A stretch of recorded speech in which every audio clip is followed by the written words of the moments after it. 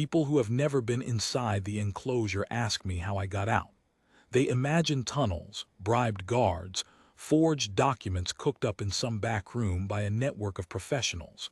I tell them the truth and they don't believe me. I got out on a clerk's arithmetic error and 6 months of patience. The Vorathi warlord court issued transit chits to every registered resident of the enclosure the year they sealed the outer ring. Pressed copper, roughly the size of a large coin, milled smooth on both faces. One face carried the court's ruling glyph in raised relief, a symbol I had come to think of as the mark of a hand pressed flat against a wall, which seemed appropriate. The other face carried a 4-digit sector code stamped into the metal.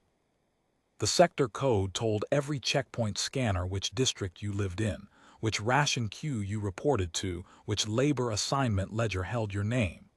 If your chit matched your face matched your ledger entry, the gate arm lifted. If it didn't, you were pulled aside. Being pulled aside inside the enclosure was a one-way door. My sector code should have read 0714. Residential Ring 7, Block 14, Administrative Subdistrict of the Eastern Labor Pool. That was where I slept, where I worked, where I had lived for 4 years under Vorathi occupation. The chit they pressed and handed me read 0719. Block 19, a sector that had been rezoned into a transit labor corridor 18 months before the enclosure sealed. No residents, no ration queue, no labor ledger, a ghost address in the court's own administrative record, and someone in the pressing room had stamped the wrong digit into my copper disc and moved on to the next one. I noticed it the day they issued it. I stood at the distribution counter in the processing hall, long white room, morning light coming hard through the clear-story panels overhead, Vorathi checkpoint officers in gray coats moving down the lines with their scanners, and I looked at the number, and I knew it was wrong. I knew what 0719 was. I had handled enough routing manifests in the logistics annex to know that sector had been empty for nearly 2 years. I said nothing. I tucked the chit under my collar where it rested against my sternum, and I walked out of the processing hall into the white morning light of the enclosure's main thoroughfare, and I thought about what I had in my hand. The court scanner systems logged every chit passage by sector code. Every time I passed a checkpoint, the log entry read, Sector 0719 cleared, a ghost code, a code attached to no active resident file, no ration record, no labor manifest. The system didn't flag it as an error. The system logged it as a transit labor corridor worker moving through an access point, which was a category of person the checkpoints were programmed to clear without secondary inspection, because transit labor corridor workers moved between posts at irregular hours, and a secondary pull on all of them would have jammed the gates. The court had built an exemption into their own system to keep their labor pool moving, and my wrong-stamped chit fit exactly inside that exemption. For 6 months, I used it to do nothing except understand it. I walked routes I had no business walking.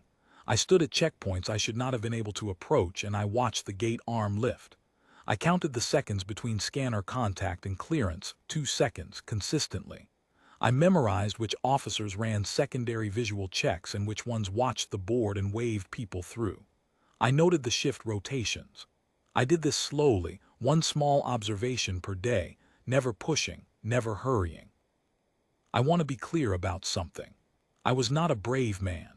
I was a logistics analyst who had spent 4 years routing supply manifests for a warlord court that had walled in the city around me, and what I had was not courage but a very precise understanding of inventory systems.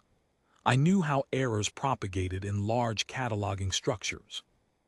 I knew that a me-stamped field in a database didn't get caught when it produced a valid-looking output. It only got caught when the output produced a conflict. My chit produced no conflict. It produced a clean log entry in a sector that the system was not actively auditing because there was nothing there to audit. The court's great weakness was the same weakness that every bureaucratic system shares when it scales past a certain size. It trusted the log. If the log said cleared, it assumed cleared. No one was cross-referencing the Sector 0719 clearance entries against the fact that Sector 0719 had no registered residents. Why would they? The sector was dormant. The entries were sparse. The system was working as designed. There was a man named Orvith, a Vorathi, low-court administrative tier, one of the several thousand mid-grade functionaries the occupation had imported to run the enclosure's day-to-day operations. I had worked alongside his office for 2 years. He was not a friend. He was a colleague of the transactional kind, the type you nod to across a common room and share routing data with and otherwise leave alone. But he was the one who told me, 8 weeks before I used the chit, that the court was planning to tighten the transit labor exemptions. A reform package, new scanner protocol that would add a residency cross-check to all sector codes below a registered population threshold. He told me this the way you tell someone the weather is turning. Informational, no particular weight in his voice.